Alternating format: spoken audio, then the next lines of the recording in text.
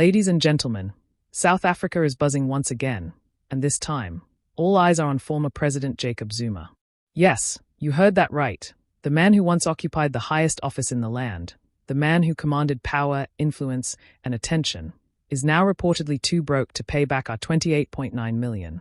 His lawyers have openly admitted it. Zuma simply doesn't have the money. This shocking revelation has left the nation asking one burning question. How did one of South Africa's most powerful men end up here? Before we get into the full story, make sure you hit that subscribe button, drop a like, and turn on the notification bell so you never miss any of our explosive updates.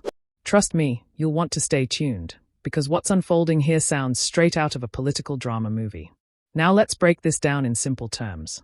Jacob Zuma, once surrounded by the glitz of power and the protection of loyal allies, is now being pursued for a staggering R28.9 million. Money that was spent on so-called security upgrades to his Nkandla homestead. Remember those infamous upgrades? The fire pool, the chicken run, the amphitheater, the ones that sparked outrage across South Africa? Yes, those very same upgrades that were declared by the Constitutional Court as unlawful benefits that Zuma was personally responsible for repaying. Fast forward to today, Zuma's legal team has told the courts that their client simply cannot afford to settle the massive bill.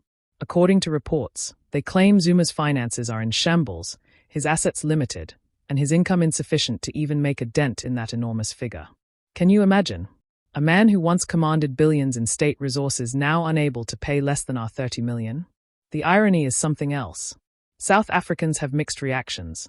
Some are laughing, some are angry, and others feel sorry for the old man. Many are asking, how does someone go from the presidential palace to pleading poverty in front of the courts? Others say it's karma, that Zuma is finally facing the consequences of years of corruption scandals, legal battles, and bad financial decisions.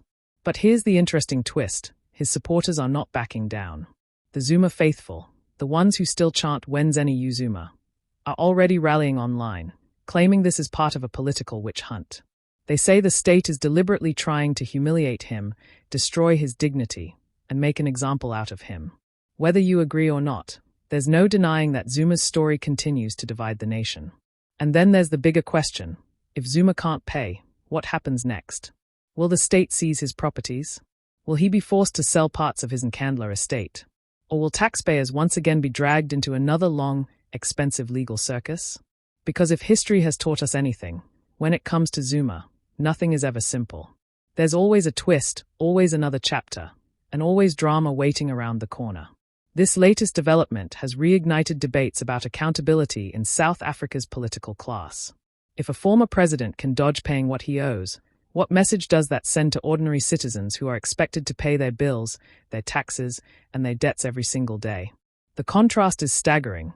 Millions of South Africans are struggling to make ends meet, yet the powerful seem to keep finding excuses when it's their turn to take responsibility. Zuma's financial fall is more than just a personal embarrassment, it's symbolic. It shows how quickly power fades, how influence evaporates, and how the same system that once protected you can suddenly turn its back. From leading the nation to pleading for mercy in court, Zuma's journey is a cautionary tale about greed, pride, and the price of corruption. So, what do you think, South Africa? Is Zuma really broke, or is this just another legal tactic to delay the inevitable? Should the government push harder to recover the money, or should they let the old man rest after decades of controversy? Let's hear your thoughts in the comments section below, and don't hold back, because this one is going to stir some serious debate. Before you go, make sure to smash that like button, subscribe to the channel if you haven't already, and hit the notification bell so you're the first to know when we drop the next big story. Trust me, with everything happening in South African politics, you don't want to miss what's coming next. Stay tuned, stay informed, and remember, the truth always finds a way to come out, no matter how long it takes.